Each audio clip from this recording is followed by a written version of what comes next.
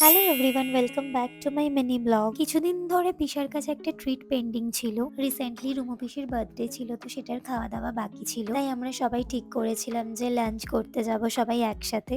তাই জন্য রবিবারের দুপুর বেলায় আমরা সবাই মিলে রেডি হয়ে বেরিয়ে পড়েছিলাম আর ডিসাইড করছিলাম যে কে কি খাবো, এটাই ভাবতে ভাবতে যাচ্ছিলাম আর কোথায় খেতে যাব। তারপর সবাই ঠিক করলো যে বিরিয়ানি খাবে, আর সামনেই সিমলা বিরিয়ানি ছিল, তো আমরা সবাই মিলে ওখানেই গেছিলাম।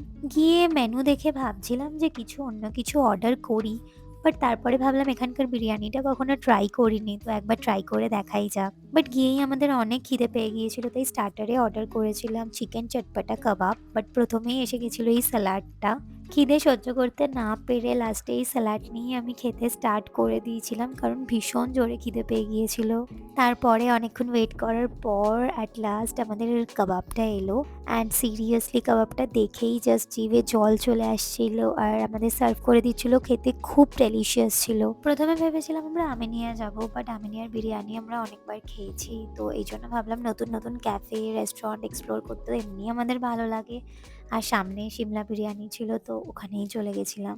আর দুপুর দুপুর যদি মাটন বিরিয়ানি হয় তাহলে আর কি চাই। আর আমি তো প্রতিবারেই ভেবে যাই যে অনেক অনেক খাবো, বাট গিয়ে আমি কিচ্ছু খেতে পারি না একবারে। তো তারপরে আমাদের বিরিয়ানিও সার্ভ হয়ে গেছে।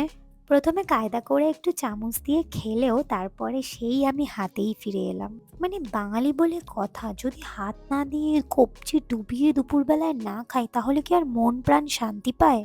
কিন্তু অ্যাজ ইউজুয়াল একটু খেয়েই আমার পেট ভরে গিয়েছিল, মানে বেশি কিছু খেতেই পারি না কি জানি কেন। আর এদিকে আমরা খেতে খেতে অনেক গল্প করলাম, অনেক হাসাহাসি, অনেক কিছু।